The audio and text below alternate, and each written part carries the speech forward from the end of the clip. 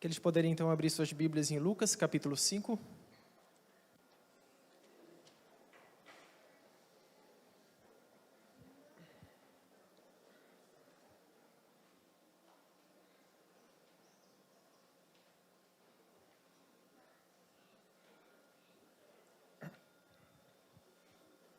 Ao abrir a palavra de Deus, gostaria então de convidá-los, na presença de Deus, a fechar seus olhos e curvar sua fronte.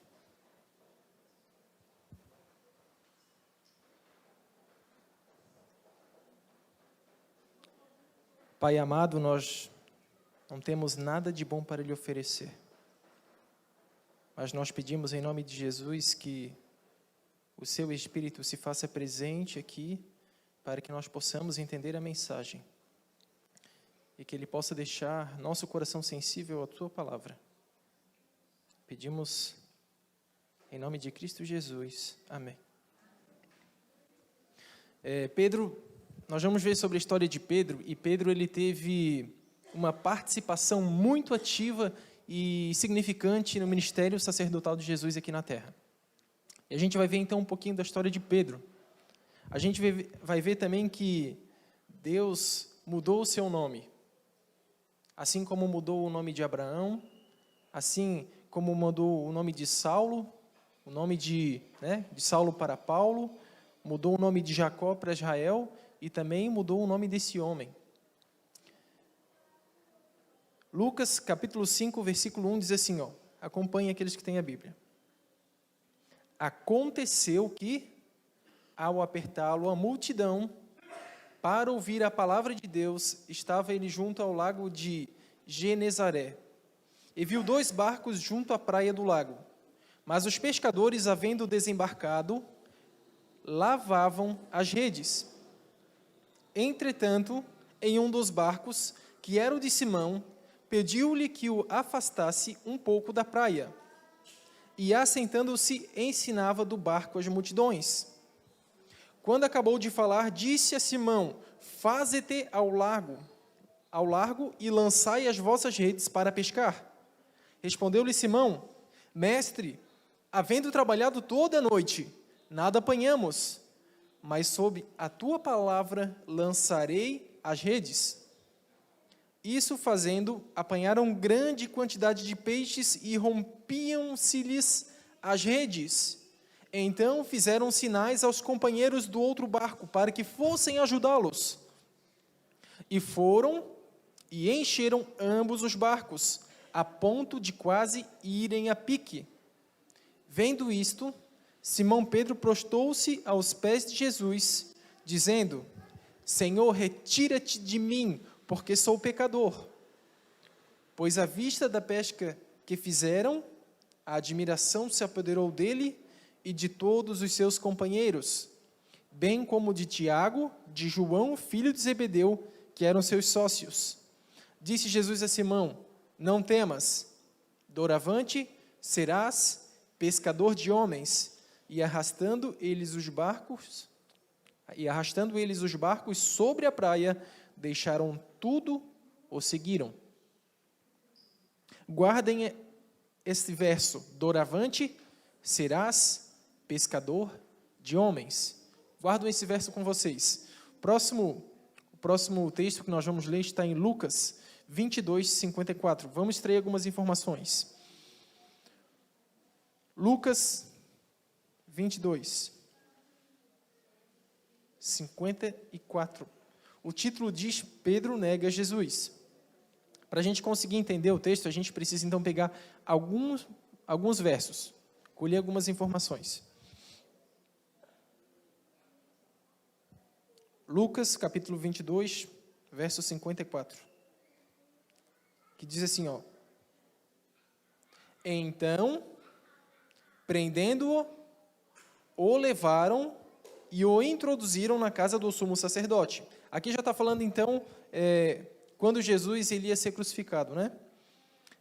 Pedro seguia de longe, e quando acenderam fogo no meio do pátio, e juntos se assentaram, Pedro tomou lugar entre eles. Entre mentes, uma criada, vendo-o assentado perto do fogo, fitando-o, disse: esse também estava com ele.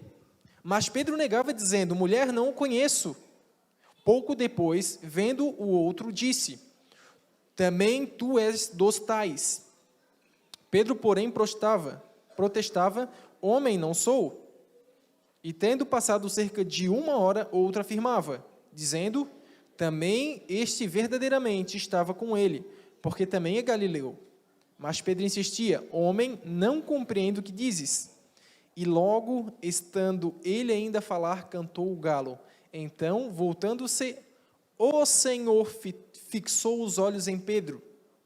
E Pedro se lembrou da palavra do Senhor, como lhe dissera: hoje 3 vezes me negarás, antes de cantar o galo. Então Pedro, saindo dali, chorou amargamente. Vamos abrir agora em João capítulo 21.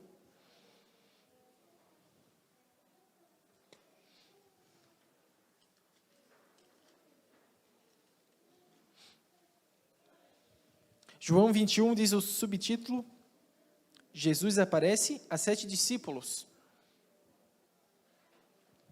A partir do versículo 1.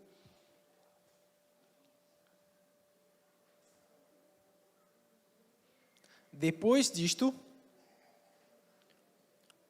tornou Jesus a manifestar-se aos discípulos junto do mar de Tiberíades. E foi assim que ele se manifestou. Então agora eu precisava da atenção redobrada dos irmãos, que nós vamos colher algumas informações importantes aqui. Verso 2 diz assim, estavam juntos Simão, Pedro, Tomé, chamado Dídimo, Natanael, que era de Caná da Galileia, os filhos de Zebedeu, e mais 2 dos seus discípulos. Disseram-lhe Simão, Pedro: vou pescar. Disseram-lhe os outros: também nós vamos contigo.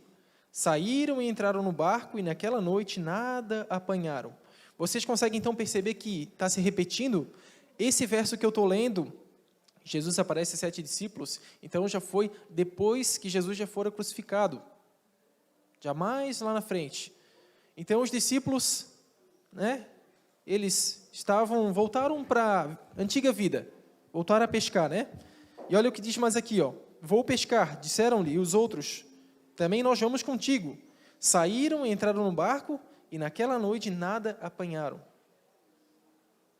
Então aqui, Pedro, ele pensou, Pedro, que acompanhou todo o ministério de Jesus, viu Jesus curando, viu Jesus pregando, viu Jesus visitando, indo na sinagoga. Pedro, então, ele pensa assim, poxa, esse negócio de discípulo não dá certo para mim, não. Esse negócio de pregar o evangelho, esse negócio de ir na sinagoga, não é para mim. Vou voltar para a minha velha vida. E é isso que estava acontecendo aqui. Eles viram que o mestre havia morrido e que não havia se ressuscitado. Então eles falaram, poxa, vou voltar para a minha velha vida, O mestre nos deixou, estamos aqui sozinhos, não sei mais o que eu vou fazer, eu vou pescar. Verso 4, acompanhe. Mas ao clarear da madrugada, estava Jesus na praia. Todavia os discípulos não reconheceram que era ele.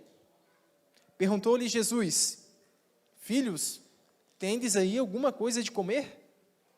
Responderam-lhe: não. Então lhes disse: lançai a rede à direita do barco e achareis. Não se repete a cena? Lançai a rede à direita do barco e achareis. Assim fizeram, e já não podiam puxar a rede, tão grande era a quantidade de peixes. Aquele discípulo a quem Jesus amava disse a Pedro: é o Senhor. Simão Pedro, ouvindo que era o Senhor, cingiu-se com sua veste, porque se havia despido, e lançou-se ao mar. Então a gente tem outra informação. Quando o discípulo disse para Pedro: olha, é Jesus quem está lá. É Jesus, é o Senhor. A Bíblia diz que então, ele cingiu, ele puxou as vestes, tirou a roupa, ele ficou despido sem roupa, e ele pulou na água. Ele não esperou nem o barco chegar na areia, ele pulou. Então imagine, é Jesus. Mas os outros discípulos vieram no barquinho puxando a rede com os peixes, porque não estavam distante da terra, senão quase 200 côvados, ou 100 metros. Ao saltarem em terra, viram ali umas brasas e em cima peixes, e havia também pão. Disse-lhe Jesus: trazei algum dos peixes que acabastes de apanhar. Simão Pedro entrou no barco e arrastou a rede para a terra, cheia de 153 grandes peixes. E não obstante serem tantos, a rede não se rompeu. Disse-lhe Jesus: vinde, comei. Nenhum dos discípulos ousava perguntar: quem és tu? Porque sabiam que era o Senhor. Veio Jesus, tomou o pão e lhes deu, e de igual modo o peixe. E já era esta a terceira vez que Jesus se manifestava aos discípulos depois de ressuscitado dentre os mortos. A gente então vai ver que há algo em comum aqui. Algo em comum com a nossa vida e a vida de Pedro. Algo que todos nós temos em comum. Eles viram Jesus partilhar o pão e abençoar. O verso 15 em diante, nós vamos ver algo, é como fosse, por exemplo, uma mensagem subliminar. Dentro do texto, existe um contexto, existe algo que a gente, às vezes, lendo a gente lê e não entende. Mas se a gente examinar e a gente aprofundar o nosso estudo, existe uma outra informação que a gente não consegue entender. Quando fala a partir do verso 15 até o verso 18, se a gente for na língua original, a gente vai ter um outro entendimento. O Novo Testamento ele foi escrito em grego e aramaico. O Antigo Testamento já foi escrito em hebraico. E se a gente voltasse e a gente conseguisse entender o que estava escrito aqui em grego, a gente conseguiria entender realmente qual era a linguagem, a informação em que Pedro e Jesus estavam trocando. Por exemplo, isso se chama transliteração. Quando, por exemplo, algo é escrito em uma língua e ele é transliterado para outra língua. E às vezes a gente perde o sentido disso, porque foi transliterado. Vou dar outros exemplos. No inglês, eu não posso falar, por exemplo, eu tenho 30 anos. Eu tenho que falar que eu sou 30 anos. Eu não posso falar, né, I have, eu tenho que falar I am. No grego, por exemplo, não tem pontuação. Na época de Jesus não existia pontuação, vírgula, ponto de interrogação, era escrito direto. No hebraico, por exemplo, quando eu vou ler um texto, eu tenho que ler da direita para a esquerda e não da esquerda para a direita. Então, acontece essa variação, né, de escrita, de linguagem, de dialeto. E quando isso é transliterado, traduzido, né, ou passado, né, de cultura para cultura, algo vai se perdendo. E para vocês entenderem melhor o que Pedro estava dizendo para Jesus, é a palavra amor. No português, o amor eu posso usar para diversas coisas. Mas no grego, não. Eu uso amor, por exemplo, para algo, né? Se eu quero falar para uma pessoa, eu uso uma palavra. Se eu quiser falar para algo material, eu uso outra palavra. E no grego, existem 3 principais formas de falar amor. Existem mais, mas os mais usados são 3. Que é o amor filéu, o amor eros e o amor ágape. São os mais 3 usados. Mas já no português a gente usa uma só palavra, amor. Né? Alguém já tem esse entendimento aqui, já estudou sobre esse assunto? Eu gostaria que vocês me acompanhassem a partir do verso 15. E aqui, onde Jesus e Pedro usam as palavras por exemplo, né, filéu e ágape, eu gostaria que vocês acompanhassem. Mas para vocês entenderem, os 3 principais amor que é mais usado em grego, o primeiro é o amor filéu. O amor filéu é aquele amor que provém da amizade. É o amor fraterno, é o amor relacionado à família e aos amigos. A pessoa retribui o amor na medida que é o amor que recebe. Muitas pessoas amam porque aquilo que obtém em troca. Né? Então, por exemplo, assim, né? Eu sou amigo do Marcelo se o Marcelo for meu amigo. Se ele não for meu amigo, eu também não sou amigo dele. Se ele for legal comigo, eu sou legal com ele. Então, não, deixa quieto. Né? Eu sou amigo né? Sou amigo dele, então, por algum interesse. Ele é uma pessoa, né, que possui muitas posses. Não, vou ficar mais amigo dele porque ele é um cara, né, que tem dinheiro. Consegue entender? Esse é o amor filéu. O amor eros, né, a gente pode dizer que isso é meio pejorativo, porque é o amor erótico. Esse tipo de amor pode até incluir algum sentimento verdadeiro, mas é basicamente a atração física. Vocês já ouviram falar em vídeo erótico? Alguém já ouviu falar o que é vídeo erótico? Acho que todos conhecem, né? Vem da palavra eros, do grego, por isso, de erótico, eros. E depois existe o amor ágape. O amor ágape é o amor supremo. É o amor que fala do amor de Deus, que está em João 3,16, que fala que Deus amou o mundo de tal maneira que entregou o seu único Filho unigênito, para que todo aquele que crer não pereça, mas tenha vida eterna.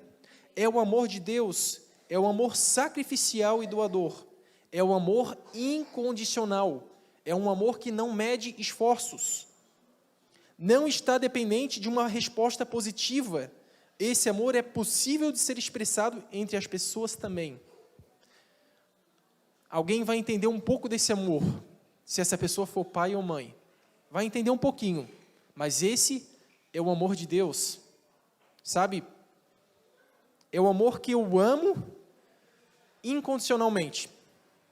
Se eu amo aquela pessoa, talvez aquela pessoa me machuque, talvez aquela pessoa fale mal de mim, mas eu amo ela. Eu não levo isso em conta. Esse é o amor ágape. Esse é o amor que está em 1 Coríntios 13, que fala que é o amor de Deus.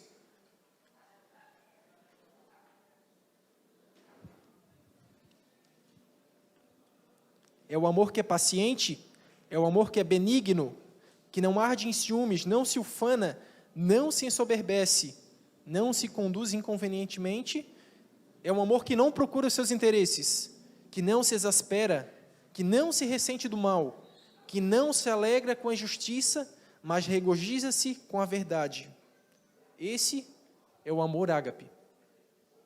Acompanhe então aí. João, capítulo 21, versículo 15.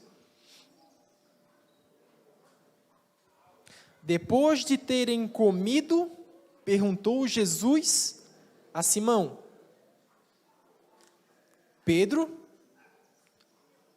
Perguntou Jesus a Simão Pedro: Simão, filho de João, amas-me mais do que esses outros? Ele respondeu: sim, Senhor, tu sabes que te amo. Ele lhe disse: apacenta os meus cordeiros. Tornou a perguntar-lhe pela segunda vez: Simão, filho de João, tu me amas? Ele respondeu: sim, Senhor, tu sabes que eu te amo. Disse-lhe Jesus: pastoreia as minhas ovelhas. Pela terceira vez, Jesus lhe perguntou: Simão, filho de João, tu me amas? Pedro entristeceu-se por ele ter dito pela terceira vez: tu me amas. Respondeu-lhe: Senhor, tu sabes de todas as coisas, tu sabes que eu te amo. Por que ele entristeceu por ter perguntado pela terceira vez? Porque ele se lembrou lá quando o galo cantou, né? Que ele negaria Jesus pela terceira vez. Então Jesus, ele perguntou novamente 3 vezes: tu me amas? Acompanhe novamente no verso 15. Agora eu vou usar a palavra original do grego. Depois de terem comido, perguntou Jesus a Simão Pedro: Simão, filho de João? Aqui Jesus fala assim: tu me ágape, tu me amas com amor supremo? Mais do que esses outros? Ele respondeu: sim, Senhor, tu sabes que eu... Aí ele responde: te amo, filéu. Eu te amo por interesse. Por amizade. E disse-lhe: apacenta os meus cordeiros. Tornou a perguntar-lhe pela segunda vez: Simão, filho de João, tu me amas com amor ágape? Ele respondeu: sim, Senhor, tu sabes que eu te amo, filéu. Respondeu: eu te amo por amizade, por interesse. Disse-lhe Jesus: pastoreia as minhas ovelhas. Pela terceira vez, Jesus lhe perguntou: Simão, filho de João, tu me amas? Só que aqui Jesus não usou filéu, ele não usou ágape, ele usou filéu. Tu me amas por interesse então, Pedro? Tu me amas, sabe, como algo material, tu me amas sim por qualquer coisa. Então, Pedro entristeceu-se por ele ter dito pela terceira vez: tu me amas? Respondeu-lhe: Senhor, tu sabes de todas as coisas, tu sabes que eu, filéu, tu sabes, Senhor, que eu te amo por interesse. E ele entristeceu-se por isso. Pedro falou a verdade, não mentiu. E é isso que a gente tem algo em comum. Muitas das vezes, ou a maioria das vezes, a gente ama por interesse. Sabe, o amor que nós temos para com Deus é um amor imperfeito, que necessita da graça de Deus para se tornar ágape. Consegue entender? Pois quando nós nascemos tendenciosos para o mal. Nascemos com um amor interesseiro, um amor que faz de conta. Mas é preciso mudar com o auxílio de Deus. Mas é o que Pedro tinha para oferecer para Jesus. Ele disse: Senhor, é o que eu tenho para te oferecer. E é isso que nós temos para oferecer para Deus. Nada de bom. E é isso que ele disse: Senhor, o que eu tenho para te oferecer é isso. O amor filéu. Um amor de interesse. Um amor que leva em conta o mal sofrido.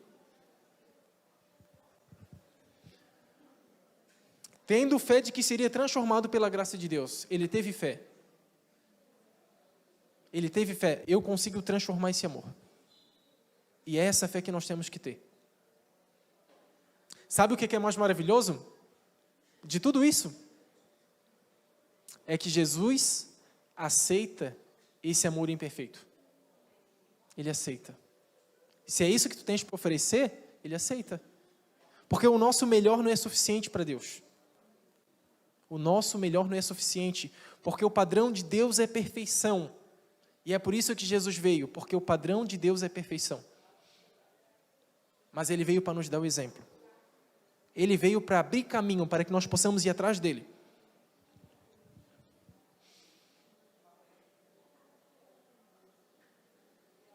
Sabe, esse é o amor que Pedro e todos nós temos para com Ele. Mais que isso, Jesus nos convida a sermos seus colaboradores em servir a humanidade. Então a gente pode pôr em prática. Ele diz a Pedro: apacenta as minhas ovelhas. Obviamente, Deus quer que todos tenhamos o amor ágape em nosso coração. É essa mudança que o Espírito Santo quer fazer em nós. Mas a vida cristã é uma vida de aprendizado contínuo. É a graça de Deus através do Espírito Santo trabalhando em nosso coração a cada dia, que vai fazer uma transformação em nosso coração, até atingirmos o ideal que Deus quer, o ideal da oração que o Marcelo orou, o ideal que Deus quer. Buscando a Deus através da oração sincera e do estudo humilde da Bíblia a cada dia, podemos deixar que o Espírito Santo faça então a obra em nós. Como havemos de fazer isso?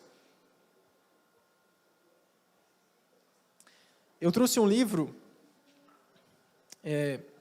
chamado O Caminho a Cristo.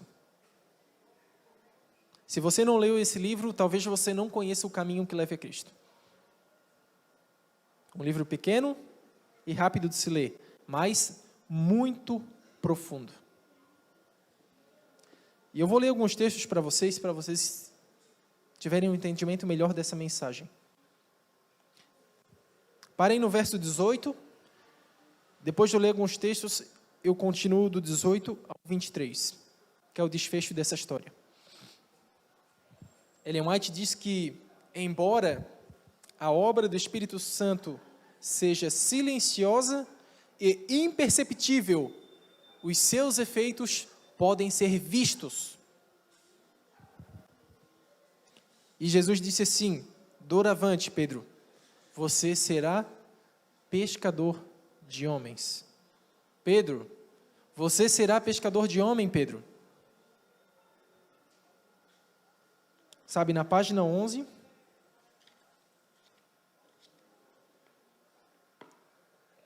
do livro Caminho a Cristo, página 11, quarto parágrafo diz assim, ó: Jesus não supria sequer uma palavra da verdade, mas falava sempre com amor. Ele tinha tato e prestava bondosa atenção ao interagir com as pessoas. Ele nunca se mostrava rude, jamais pronunciava uma palavra severa sem necessidade. E evitava causar dor desnecessária a uma pessoa sensível. Ele não censurava a fraqueza humana, falava a verdade, mas sempre com amor. Denunciava a hipocrisia, a incredulidade e a iniquidade, mas suas repreensões rigorosas eram sempre proferidas com lágrimas e tristeza. Chorou por Jerusalém, a cidade que ele amava, a qual se recusou a receber aquele que é o caminho, a verdade e a vida. Ele disse: Pai, eles não sabem o que fazem. E assim também deve ser o nosso coração. Deus nos convida a ter esse coração. A página 32 diz assim, ó: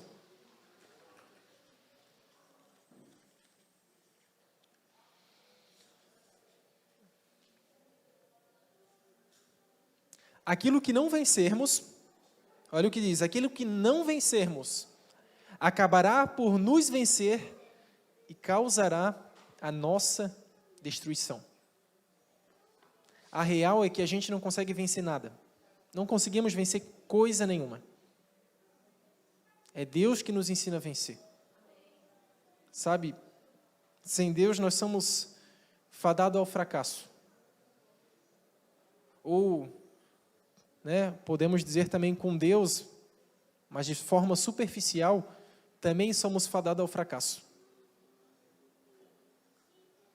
Nós somos fadados a uma derrota espiritual, ou uma vitória, almejada, mas não conquistada. Sabe quando você almeja, nossa, mas isso aqui eu vou vencer, mas você não vai vencer. Você só pode vencer pelo poder do Espírito Santo, não por esforço próprio. Por isso nós vamos levar então uma derrota espiritual. Porque nós não conseguimos fazer nada. Somente com Deus. E o texto diz assim, ó: século após século tem-se ouvido um contínuo lamento sobre a terra, e toda a criação geme e agoniza de dor por causa da desobediência do ser humano. Cada ato de transgressão, cada negligência ou rejeição da graça de Cristo cai sobre você mesmo, endurecendo o coração, tornando a vontade depravada, entorpecendo o entendimento e deixando-o cada vez menos sensível ao chamado do Espírito Santo de Deus. Até mesmo um mau traço de caráter, um desejo pecaminoso, cultivado, poderá neutralizar o poder do Evangelho. Qualquer tolerância com o pecado fortalecerá a inimizade da pessoa contra Deus. Aquele que persistir na infidelidade ou permanecer indiferente à verdade divina, colherá o que plantou. E na página 33 diz assim, ó: muitos adotam uma religião intelectual, com aparência de piedade, mas seu coração não está purificado. Se está a nossa oração, seja esta a nossa oração: cria em mim, ó Deus, um coração puro e renova dentro de mim um espírito inabalável. Trate a si mesmo com sinceridade. Seja tão sincero e persistente como você, como a sua vida estaria em perigo. Essa é uma questão com implicações eternas, que será resolvida entre você e Deus. Uma frágil esperança, então, pode arruinar a sua vida. Faça uma autoanálise. Como está a minha vida espiritual?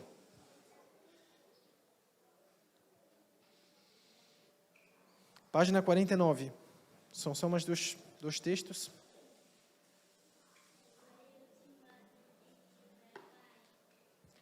O título diz A Conquista da Paz. E a gente só consegue conquistar essa paz. A gente consegue, ter esse ideal conquistado quando a gente permite a atuação. Porque o mais difícil é lutar contra a nossa carne. Porque a carne é o que bloqueia o acesso a Deus. Porque a Bíblia diz que o Espírito milita contra a carne. Essa é a situação da igreja de Laodiceia. O fato do eu residir e não Cristo. E olha o que diz o texto. À medida que a sua consciência, olha o que o texto diz, à medida que a sua consciência é despertada pelo Espírito Santo, então você pode compreender um pouco da malignidade do pecado, seu poder, sua culpa, sua miséria. Então você passa a detestá-lo. Você já fez uma análise, se você pegasse lá no passado como era a sua vida, você pensa, nossa, como eu fazia essas coisas? Como pode eu ter fazendo aquilo? Então você começa a detestar você. Você detesta aquilo que você fez. Você tem vergonha de você. Você sente que o pecado separou você de Deus e que está cativo do poder do mal. Você está algemado no vício dos maus hábitos. Talvez nós estaríamos levando uma vida superficial, uma vida que é uma vida convencida, não convertida. Tem algo algemando você. Eu vi a história aqui de um sermão de um rapazinho que estava viciado em videogame no celular. Eu vi aqui, acho que faz semana passada, eu vi pela internet. Ele diz que ele baixou o aplicativo 5 vezes e deletava e instalava de novo. Foi ontem? Eu vi ontem, mas achei que era semana passada, que eu não vi a data. Então foi ontem. Somos nós, fadados ao fracasso. Todos nós erramos. Eu sou fadado ao fracasso. Mas a gente pode mudar a situação. Essa é a esperança. A gente pode mudar com o poder do Espírito Santo. Quanto mais luta para escapar, mais percebe sua incapacidade de vencer. Seus motivos são impuros, seu coração também. Você vê que a sua vida está repleta de egoísmo e pecado. Você quer ser perdoado, purificado e você quer ser, então, libertado. E por último, na página 54, diz assim, tenho um Pai celestial, compassivo, embora eu tenha abusado do seu amor e negligenciado as bênçãos que me deu, vou me levantar para ir ao Pai e dizer-lhe, pequei contra o céu e diante de ti, já não sou digno de ser chamado teu filho, trata-me como um dos teus servos. Esse é o amor de Deus. O filho, ele saiu, se rebelou contra o pai, mas o pai não estava esperando com um chicote, o pai estava esperando de braços abertos. Esse é o amor de Deus. Jesus então diz, doravante, vocês serão pescadores de homens. Então, há muitos Pedros nesses bancos. Vocês serão pescadores de homens. Pedro foi o primeiro a pregar o evangelho no dia de Pentecostes. Aquele que saiu chorando amargamente, o resultado daquela pregação foram 3.000 batizados. Pedro disse, não tenho prata nem ouro, mas o que eu tenho, isso eu te dou. levanta-te em nome de Jesus Nazareno e anda. Sabe, Deus então ele tem um chamado pessoal para cada um de nós. Deus tem um chamado especial para ele, para ela, cada um de vocês. E vocês sabem do que eu estou falando. A gente sabe. Para cada um de vocês, Deus tem um chamado pessoal. E não fujam desse chamado.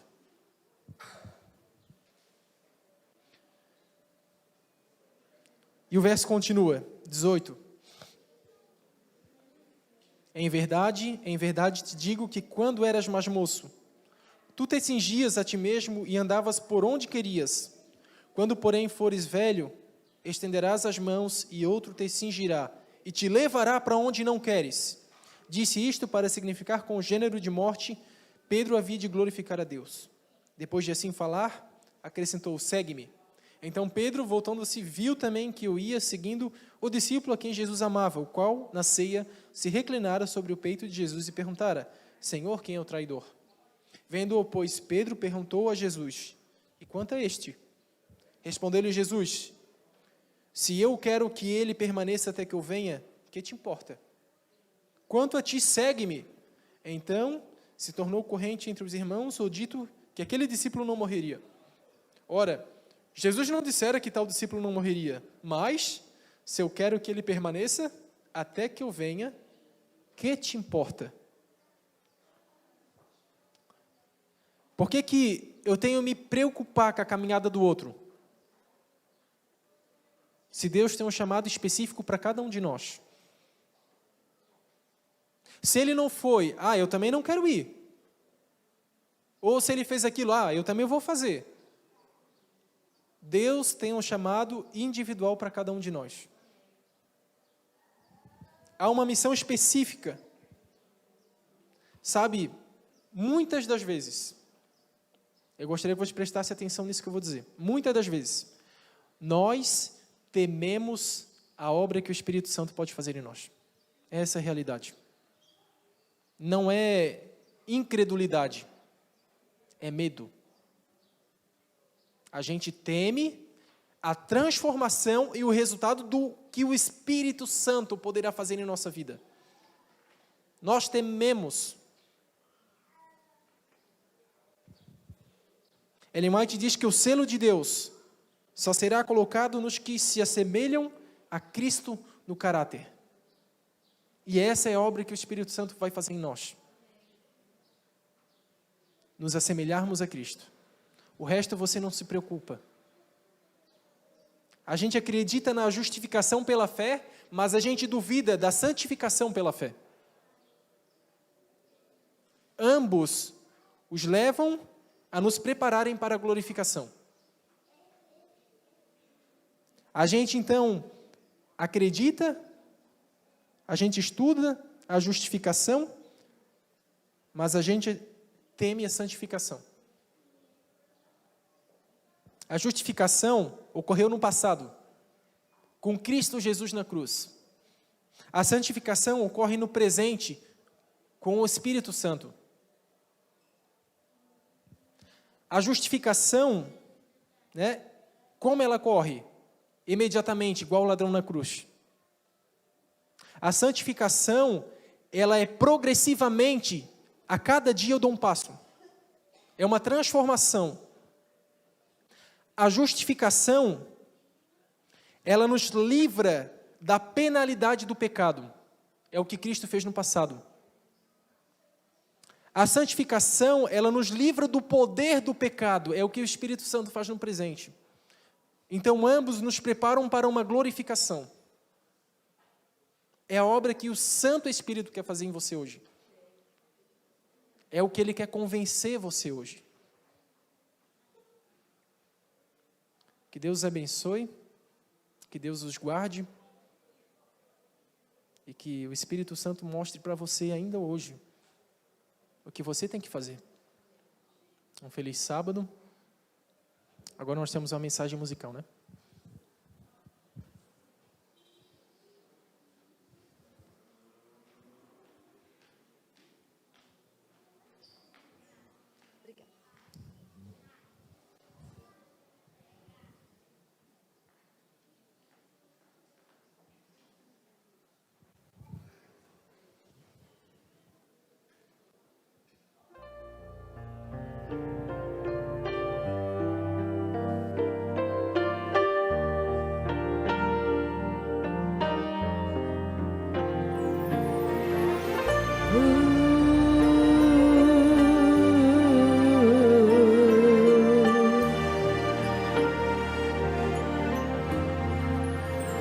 Dá-me um coração para amar-te. Dá-me um perfeito coração, puro e santo. Te peço que cure as feridas, restaura o que está quebrado. Dá-me, Senhor, um novo coração.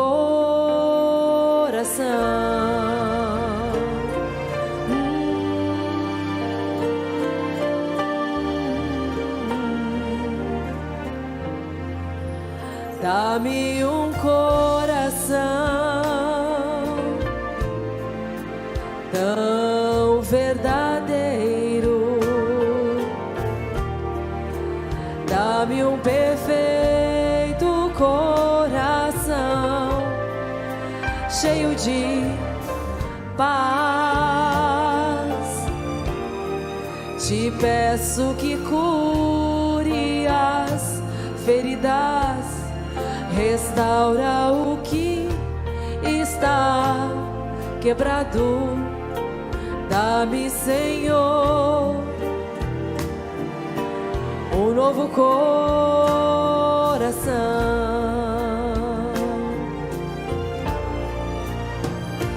Senhor, que eu possa ver tua bondade sobre mim.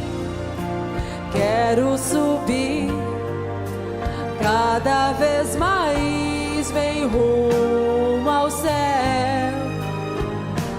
Senhor, ajuda aí onde nunca antes fui.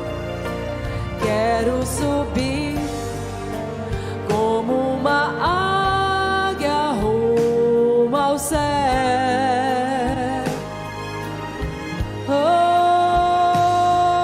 Rumo ao céu. Senhor, dá-me um coração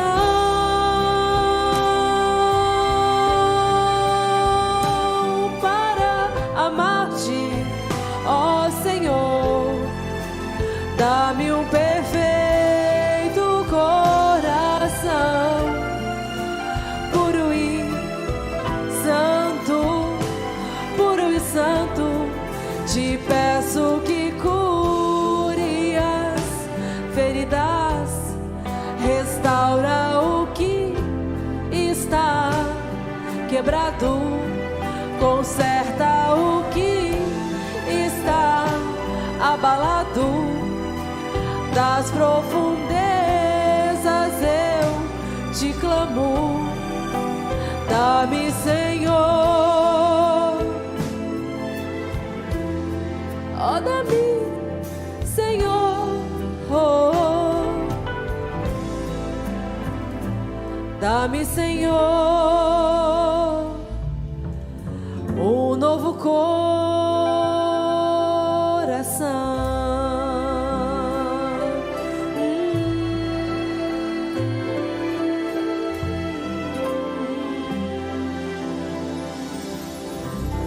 Amém.